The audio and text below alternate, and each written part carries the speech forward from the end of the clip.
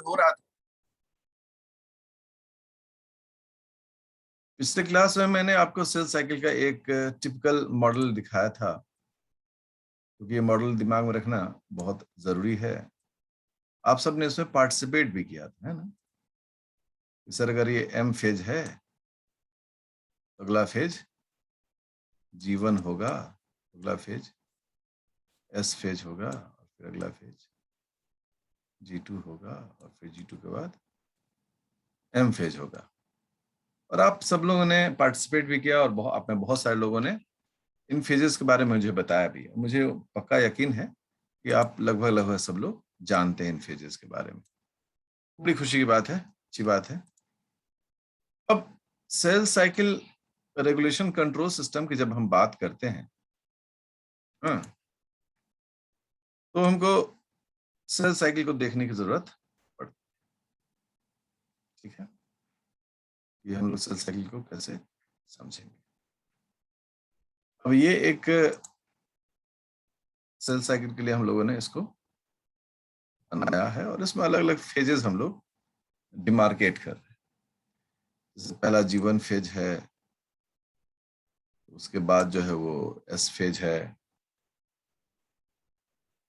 फिर उसके बाद जो है वो G2 फेज है, और फिर उसके बाद M फेज। इस प्रकार से हम लोगों ने इसको अलग अलग फेजेस में डिनोट कर दिया है। ये G1 हो गया, ओके, ये S फेज हो गया, G2 हो गया, और ये M फेज हो गया। और ये मिला जुला के इसी रफ्तार में ये आगे बढ़ता है। ये साइकिल है, तो फिर M के बाद फिर से G1 शुरू। आप सब लोगों ने पढ़ा था कि जो G1 फेज है, यह सेल के वॉल्यूम को बढ़ाता है। M फेज है वो सेल के नंबर को बढ़ाता है। तो G1 फेज अगर सेल के वॉल्यूम को बढ़ाता है, तो यहां पर साइज भी इंक्रीज करता है, सारा काम हो रहा है। अब G1 में उसको तय करना होता है। G1 के पास दो तरह का फेट होता है, आप लोग याद होगा, बताए थे हम। एक फेट होता है कि अब वो कोई डिवीजन नहीं करे, डिफरेंशिएट हो जाए, उसको हम लोग G0 फेज कहते हैं। और दूसरा ये है कि वह G1 से कहां चला जाए, S फेज में। मतलब वो अपने संख्या को बढ़ाने के लिए, नंबर को बढ़ाने के लिए, डिवीजन को प्रमोट करने के लिए काम करे। ठीक है, तो अगर सेल G0 फेज में है, तब तो हम लोग कहते हैं कि सेल जो है उसका डिवीजन का काम जो है वो सीज हो चुका है। अब वो सिर्फ डे टू डे अफेयर जो है, दैट इज डिफरेंशिएशन का जो काम है, वो करेगा। तो यहां तक हमारे लिए कोई इशू की बात नहीं होती है। अब हमारे पास बिंदु आता है कि अगर सेल को डिवाइड करना हो, देन व्हाट। अगर सेल को डिवाइड करना हो तो उसको G1 से S फेज में जाना पड़ेगा। इस फेज में जाने से पहले इसमें एक चेक पॉइंट होता है। क्या होता है? Check point. चेक पॉइंट का मतलब क्या होता है? जहां ये तय किया जाएगा कि ये सारी जरूरतें पूरी कर रहा है कि नहीं, इसको जाना चाहिए कि नहीं जाना चाहिए। तो ये जो जगह हो गया, इसको हम लोग चेक नाका बोलते हैं, या इसको बोलते हैं हम लोग चेक पॉइंट 1। तो ये जो है वो चेक पॉइंट या चेक नाका 1 है, जो कहां से कहां पर है? लेट G1 से S फेज में जाने के लिए ये जगह होता है। और एक दूसरा चेक नाका भी है। दूसरा चेक नाका जो है वह है G2 से M फेज में जाने की। This is one is another check नाका। तुमको दिख रहा है? दिख रहा है जी? Yes, sir. Good, this is very important. So this is the checkpoint number 2. ये checkpoint, दूसरा checkpoint. Checkpoint 2. दूसरा नाका हो गया, ठीक है, checkpoint 2. और तीसरा checkpoint जो होता है वह M फेज में जो कैरियोकाइनेसिस होता है, उस कैरियोकाइनेसिस के जो एनाफेज होता है वहां पर होता है। इसको हम लोग कहते हैं चेक पॉइंट 3।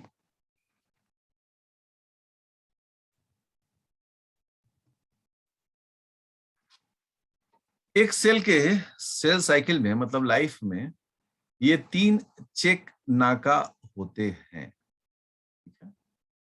और सेल को इन तीनों नाका को क्लियर करके ही आगे बढ़ना। आपके मन में बहुत सारा सवाल आएगा, सर ये चेक नाका का काम क्या होता है? What the role of. आप लोग कभी रास्ते में चलते हैं तो पुलिस का सिक्योरिटी चेक पॉइंट लगता है। वहां पर वो क्या करता है?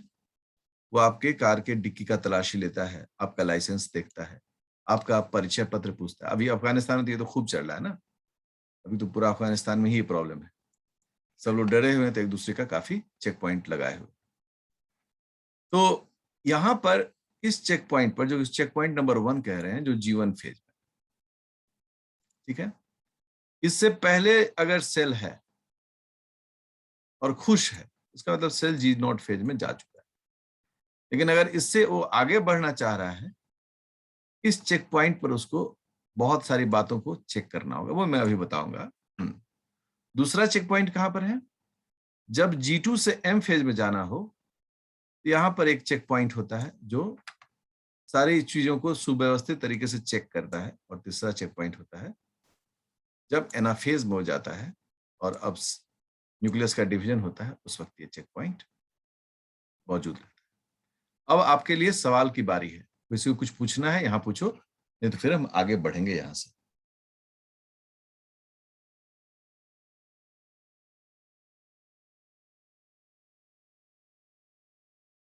No question? ठीक है। अब इन तीनों चेक पॉइंट्स को कई जगह कई टर्म से भी पुकारा जाता है, ठीक है? Check point 1, check point 2 and check point. इन्हें कमिटमेंट कहा जाता है। कमिटमेंट।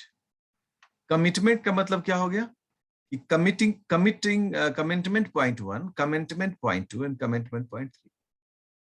कमिटमेंट का मतलब क्या होता है? कौन बोलेगा? जल्दी बोलो, तब तक मैं इसे मिटाता हूं।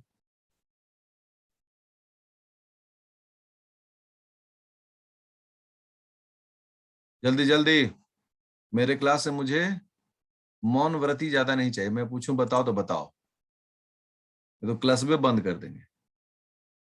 बोलो, कमिटमेंट का मतलब क्या होता है? मेरी आवाज आ रही है आप लोग तक? Yes sir.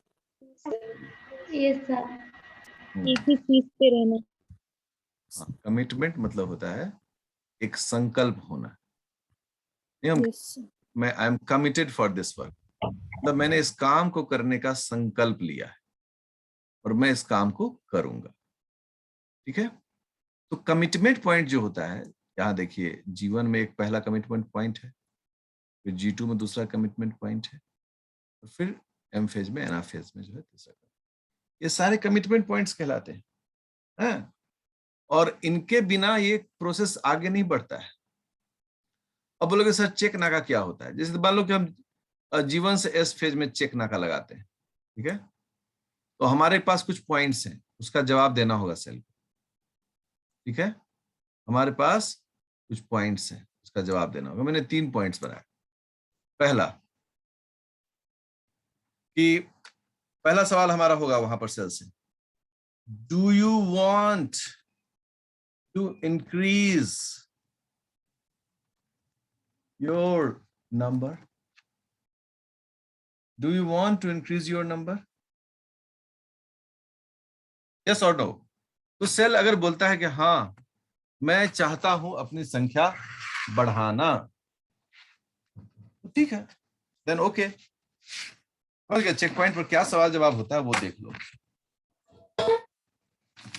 तो पहला सवाल ये आया, do you want to increase your number? तो सेल ने कहा यस, यस। तो अगर सेल कहेगा यस, तो क्या होगा? यहां एक टिक लग जाएगा। अगर सेल कहेगा नो, आई डोंट वांट, यहां खत्म। तो सेल जीवन से आगे नहीं बढ़ेगा। लेकिन चूंकि सेल का डिवीजन अगर होना है, उसने कहा यस, आई एम रेडी। दूसरा प्रश्न उसका जो है वो ये हुआ कि डज योर डीएनए ओके, क्या आपका डीएनए ठीक है? क्योंकि जब डिवीजन होगा तो देखा, चेक करना पड़ेगा कि डीएनए ठीक है कि नहीं है। सेल ने कहा हाँ ओके। फिर तीसरा सवाल सेल पूछेगा इस चेक पॉइंट पर, पहला नाका पर, कि are you able to make proteins and enzymes for the S phase? देखा सवाल कैसे पूछ रहा है? सेल ने पूछा कि क्या आप एस फेज के लिए प्रोटीन्स, एंजाइम्स या और दूसरे तरह के जो रिक्वायरमेंट्स हैं, क्या आप उन सब के लिए सक्षम हैं, आप कर सकते हैं? इसने कहा यस। तो सेल क्या करेगा? अपना ये चेक पॉइंट हटा देगा वहां से, बोलेगा आपका स्वागत है, आप जी फेज से एस फेज में जा सकते हैं। आप समझे चेक पॉइंट कैसे चेक किया जाता है? ये सब अभी एकदम लेमैन लैंग्वेज जो समझा रहे हैं, एकदम सामान्य भाषा में समझा रहे हैं आप। ये सारे साइंटिफिक अप्रोच से आपको सीखना है। तो क्या आप, ये बात आपकी समझ में आ गई? Yes sir. Yes, sir. किसी कुछ पूछना है?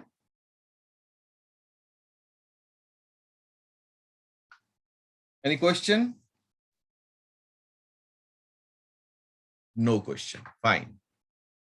कोई नो क्वेश्चन नहीं बोल दोगे ना तो हम आगे बढ़ेंगे, क्योंकि मान लो कि बहुत लोग रहते हैं ना। ये चेक पॉइंट जो है, ये पहला चेक पॉइंट तय हुआ। अब क्या है कि अगर पहले चेक नाका पर अब देखें, तो अब यहां से, इस जगह से, मतलब इस बीच में जो समय जगह मिला ना, समय, अभी तो एस फेज शुरू नहीं होता है। एस फेज कब शुरू होता है? जब डीएनए का पहला, ये मतलब पहला जो न्यूक्लियोटाइड बेस पेयर्स हैं, उनका जैसे ही सिंथेसिस होना शुरू होता है, तो हम कहते हैं कि अब जो है ये एस फेज में इंटर कर गया। यहां पर फिर इससे कुछ अब सवाल पूछेगा कि भाई देखो, तुम्हारे पास थोड़ा सा वक्त है, थोड़े से वक्त के बाद तुमको डीएनए सिंथेसिस शुरू करना है। ठीक है, डीएनए सिंथेसिस चल रहा आप लोग का टॉपिक अभी है जी? रोहित सर को दिया मैंने ये टॉपिक, रोहित सर हमसे मांगे, मैंने उन्हें ये टॉपिक दे दिया। हमने कहा ठीक है सर, आप इस टॉपिक को करिए। क्या क्लास शुरू हुआ है डीएनए एप्लीकेशन का? No, sir. तो हम लेंगे वो क्लास, ठीक है ना, जो भी हो। ओके, पहला सवाल आया कि डीएनए पॉलीमरेज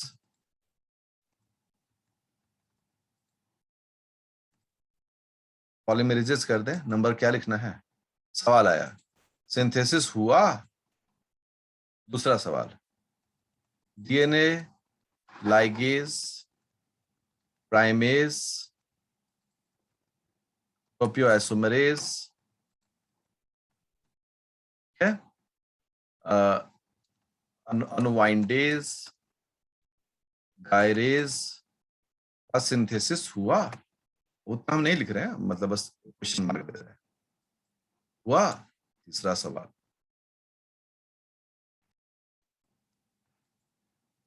देखो कैसे चेक पॉइंट पर सवाल आता है कि एसएसबी प्रोटीन्स रिपेयरिंग एंजाइम्स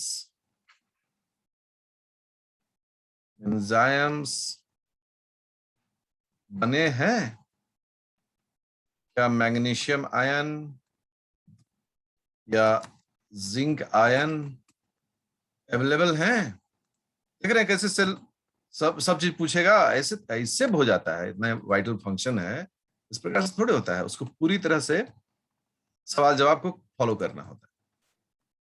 ठीक है, लेकिन भाई जिंक है, ठीक है।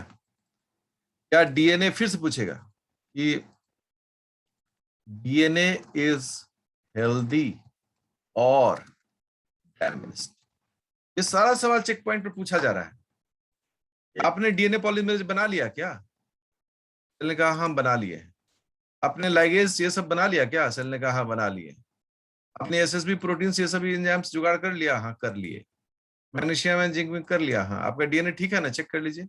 हाँ जी ठीक है। अगर कहीं गड़बड़ होगा तो रिपेयरिंग एंजाइम काम करेगा। ओके देन एस फेज में भी इनिशिएट। डियर स्टूडेंट्स, ये बहुत जरूरी होता है ये डीएनए चेक पॉइंट। आज हमारा हेडिंग क्या है? जरा बोलिए तो क्या लिखे हैं हम? Cell cycle control regulation system. समझ रहे हैं ना? जब ये रेगुलेशन सिस्टम की बात हम लोग करेंगे तो हमको तो पहले हर बात को, ठीक है ना, हो गया, ऑफ कर दीजिए, परिवार में लोग बात भी करते हैं। तो हमारे लिए हर बात जो है वह सामने आ जानी है, ठीक है, और हमें अलर्ट होके इन सभी चीजों पर ध्यान देना है। चलिए, तो आपने बेसिक फंडामेंटल्स जो होता है cell cycle control regulation system का, कि आपने क्या किया?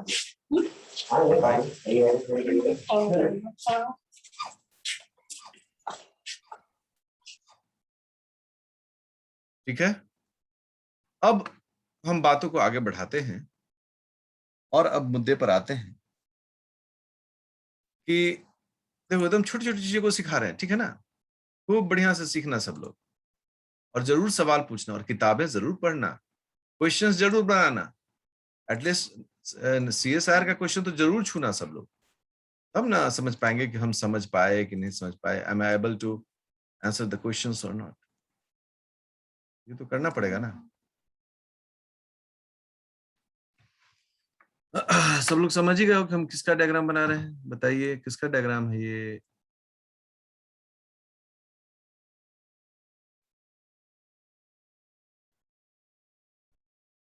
हम लोग सेल साइकिल बना रहे हैं, ठीक है। अब देखो पहला सवाल कि जो जीवन फेज है इसमें बहुत सारे प्रोटीन्स हैं और बहुत सारे एंजाइम्स हैं। इनके सारे प्रोटीन्स को एक वर्ड में किस फैमिली में डालेंगे? ठीक है, प्रोटीन्स को एक वर्ड में किस फैमिली में डालेंगे? वो प्रोटीन्स जो cell cycle control regulation system को रेगुलेट, तो इसका नाम दिया गया, बिल्कुल सही, cyclin. So cyclin is a group of proteins that belong to the different cycles of cell cycle. G1 के लिए भी साइक्लिन, G2S के लिए भी साइक्लिन, ओके, और G2 के लिए भी साइक्लिन एंड M फेज के लिए भी साइक्लिन, मतलब सबके लिए साइक्लिन डाला गया। तो अब इसमें टाइप्स बांटा गया। तो टाइप्स में G1 फेज में 2 प्रकार के साइक्लिन्स लोगों को मिला, 2, मतलब सब बड़ा ग्रुप है जी, अकेले नहीं है, इसमें सैकड़ों प्रोटीन्स हैं। एक जो मिला उसका नाम पड़ा G1 साइक्लिन। क्या नाम पड़ा? G1 cyclin. एक ये परिवार है, और दूसरा है G1/S साइक्लिन, G1S साइक्लिन। किसी भी सेल में दोनों में से कोई एक ही रहेगा तो हम बीच में लिख देते हैं और, मतलब किसी भी सेल में दोनों में से कोई एक ही रहेगा। अगर G1 साइक्लिन है तो G1S साइक्लिन नहीं रहेगा, और अगर G1S साइक्लिन है तो G1 नहीं रहेगा। ऐसा कोई नहीं होता है जिसमें दोनों हो, ठीक है। तो या तो ये रहेगा या फिर ऊपर वाला रहेगा। जैसे अगर हम लोग मैमल्स की बात करें, हम लोग अपनी बात करें, तो हम लोगों में G1S साइक्लिन है। बढ़िया। अब बारी आई उस प्रोटीन्स की एस फेज में। इसका नाम पड़ा, सीधा नाम है एस साइक्लिन, ठीक है ना। क्या नाम है इसका? बोलिए आप लोग। S cyclin. बिल्कुल, एस फेज से है तो आसानी से याद रहे, ठीक है। और तीसरा जो साइक्लिन है, मतलब चौथा जो साइक्लिन है, वो बेसिकली एम फेज से। अब आपको मन में आएगा सर G2 का कुछ नहीं है, ये एस साइक्लिन ही ये सारा काम करवा लेता है G2 से। यहां पर जो है उसका नाम है, सब समझ गए नाम क्या होगा? एम साइक्लिन, ठीक है ना, एम साइक्लिन। तो इस प्रकार से 4 प्रकार के साइक्लिन्स जो हैं वो साइक्लिन्स का परिवार, family, large family, thousands, 100,000 of the proteins types are there. तो ये सारे हैं। हम लोगों में पहला छोड़कर, जीवन छोड़कर बाकी तीनों मिलता है, G one S cyclin, S cyclin and M cyclin. ये कोई एक प्रोटीन नहीं है, बल्कि ये बहुत सारे प्रोटीन्स का एक समूह है, ठीक है ना। यदि हम जी साइक्लिन करें, हम साइक्लिन्स लिख दें, एस जीवन एस साइक्लिन्स लिख दें, एस साइक्लिन्स लिख दें, एम साइक्लिन्स लिख दें, तो बहुत बड़ा परिवार है। ठीक है, यहां तक क्लियर? किसी को कुछ पूछना है?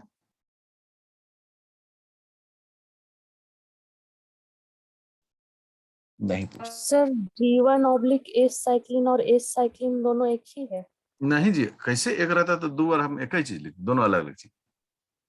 ठीक है, जीवन एस ट्रांजिशन को शो करता है, इसलिए उसको नाम दिया। ठीक है, यस सर। चलिए, अब सब फेजेस में इन साइक्लिन्स का नेमिंग किया गया। बोला गया कि अगर जीवन साइक्लिन है, इसका नाम क्या होगा? लोगों ने कहा इसका नाम होगा साइक्लिन डी। क्या नाम होगा इसका? साइक्लिन डी, ठीक है ना, ये सी है, सी है, साइक्लिन डी। जीवन एस साइक्लिन का नाम क्या रहेगा? तो कहा कि भाई इसका नाम होगा साइक्लिन ई। अब ये सब दिमाग में एकदम बिठा के रखना है ना, डी से शुरू होता है ई, ओके। एस के लिए साइक्लिन का नाम क्या होगा? Cyclin A, okay. और एम के लिए क्या होगा? Cyclin B. आप देखेंगे कि जो क्वेश्चंस आते हैं ना अच्छे कॉम्पिटिटिव एग्जाम्स में, उसमें ए बी सी डी करके नाम आता है। अच्छा, बी है ना, इस सब के टाइप्स हैं जी, सबके प्रकार हैं। ऐसा नहीं कि बी एक ही है, बी में कई प्रकार हैं, ए में कई प्रकार हैं। लेकिन हम तो अभी लर्निंग फेज में है, अभी सीख रहे हैं चीजों को। ये जितना चीज बता रहे हैं ग्रेजुएशन के लेवल का चीज है, अभी तो पीजी वाले हम इंटर ही नहीं किए हैं। लेकिन चूंकि एक बार आपको रिफ्रेश कराकर आपकी तैयारी को चेक करके ये देखना जरूरी होता है, इसलिए इसको हम लोग यूज करते हैं। ठीक है, चलिए बहुत बढ़िया, यहां तक तो बातों को आपने समझा। मैं इसको थोड़ा मिटा दूं, ठीक है, व्हाइट बोर्ड साफ कर रहे हैं, ठीक है, ओके। अब बात आता है क्या कि कोई प्रोटीन है, सोचो सोचो जरा सोचो, ये प्रोटीन है, इस प्रोटीन का नाम है साइक्लिन बी। ये प्रोटीन किस फेज का प्रोटीन है? M cyclin. M phase. M phase का, एम साइक्लिन का है। बहुत बढ़िया, वेरी गुड। अब ये प्रोटीन जो है वो इनएक्टिव है, क्या है ये? इनएक्टिव। चलो, मैं इससे पहले कि आगे बढ़ूं, मैं आपसे एक बहुत ही बेसिक सवाल पूछ रहा हूं, सबको जवाब देना है। What is energy currency of a cell? ATP. ATP, बहुत बढ़िया, सही answer. Why it is called energy currency? अब आंसर दीजिए।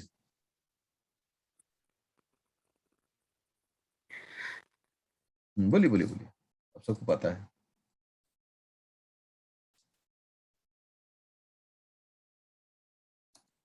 चुप ना रहो।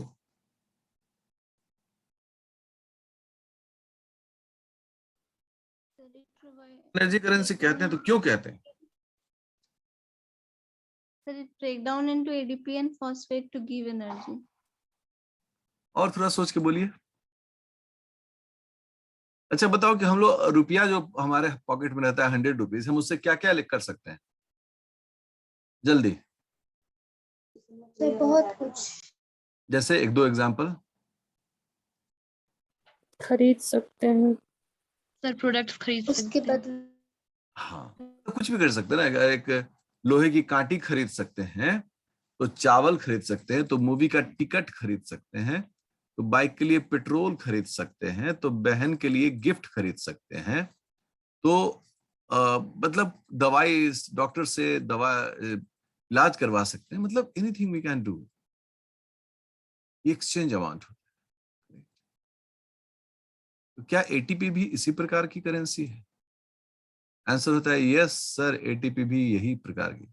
सेल में कोई भी एक्टिविटी हो, उसके साथ वो जुड़कर उसमें बदलाव ला सकता है, उसको इनएक्टिव से एक्टिव कर सकता है, एक्टिव से इनएक्टिव कर सकता है।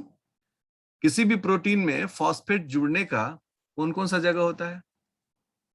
बताओ, कौन से अमाइनो एसिड रेसिड्यूज पर फॉस्फेट यूजुअली जुड़ता है? Sir P domain. ठीक है, पी डोमेन। कौन से अमाइनो एसिड रेसिड्यू पर? एस्पर्टिक। अच्छा ठीक है, वो तो पी टाइप जो पंप होगा उसमें ना, एटीपीएस पंप में ना। नॉर्मली किस पर जुड़ता है? अच्छा, प्रयास करिए, very good, I like it.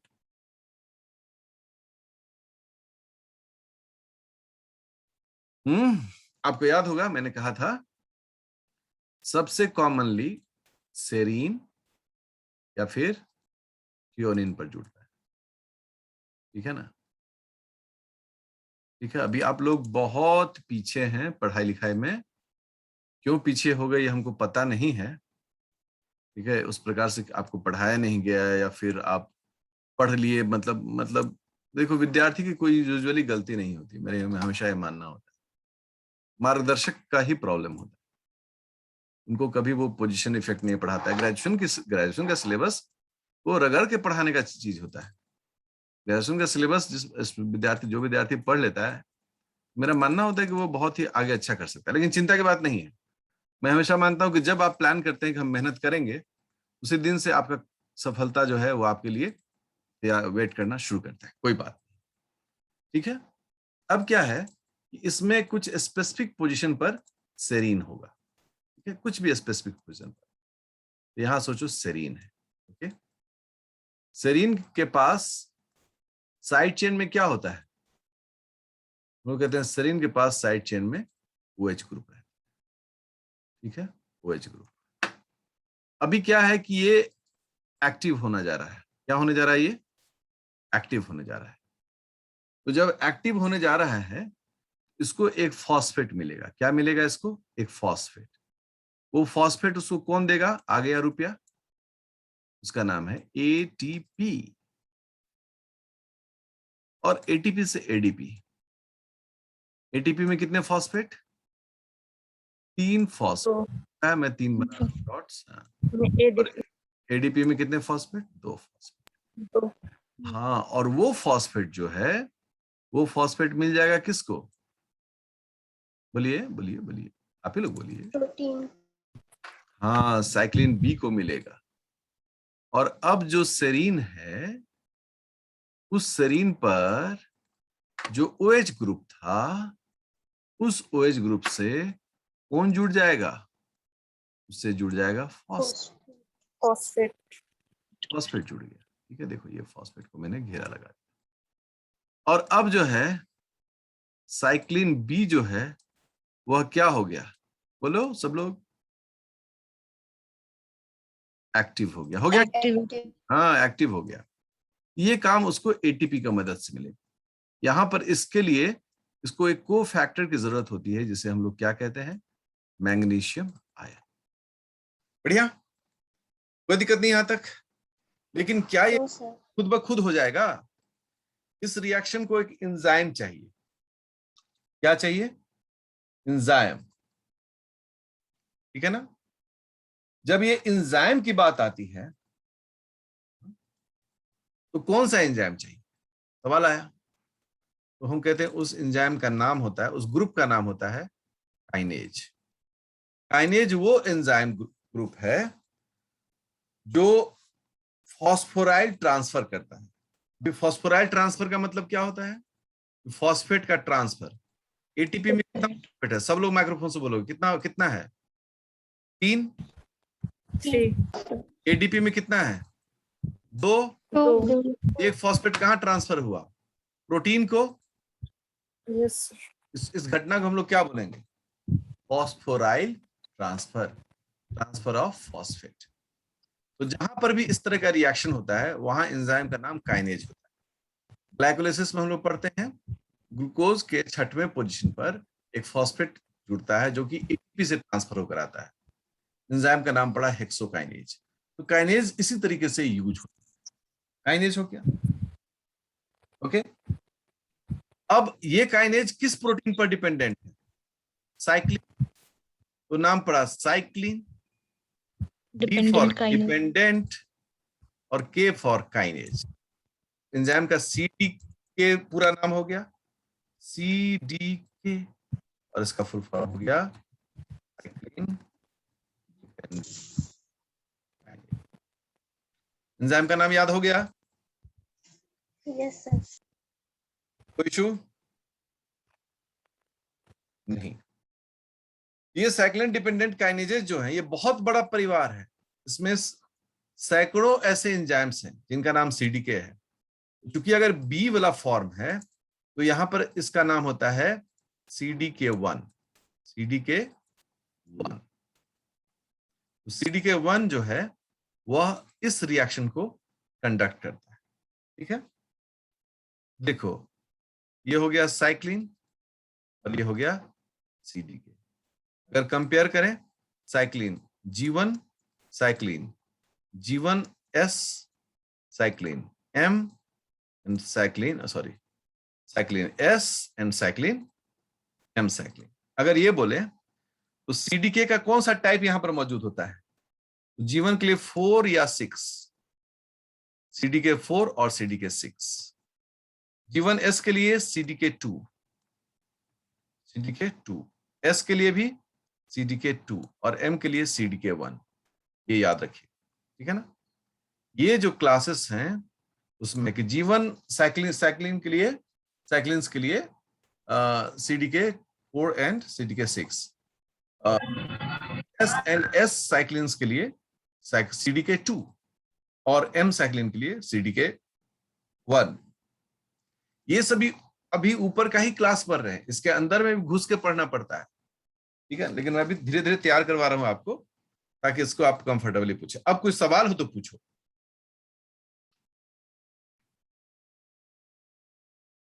Question? Sir ये सर CDK 4, 6 सर ये सब जो भी है सर इसके बारे में एक बार इंफॉर्मेशन दीजिए। हाँ, ये सभी टाइप्स होते हैं, ठीक है। CDK का अलग अलग, जैसे कैसे हम लोग बोलते हैं कि प्रोटीन्स जो कोई एंजाइम है तो उसके 10 प्रकार होते हैं, उसी प्रकार ये टाइप्स हैं, ठीक है। इसकी जानकारी हम आपको आगे देंगे, 1-2 का तो जरूर देंगे, ठीक है। तो अगले क्लास के लिए इंतजार करेंगे उसके लिए। तब तक के लिए आप सबको बहुत बहुत धन्यवाद। मिलते हैं हम लोग कल बहुत इंपॉर्टेंट टॉपिक के साथ। Thank you sir. Thank you sir. Thank you sir. Thank you.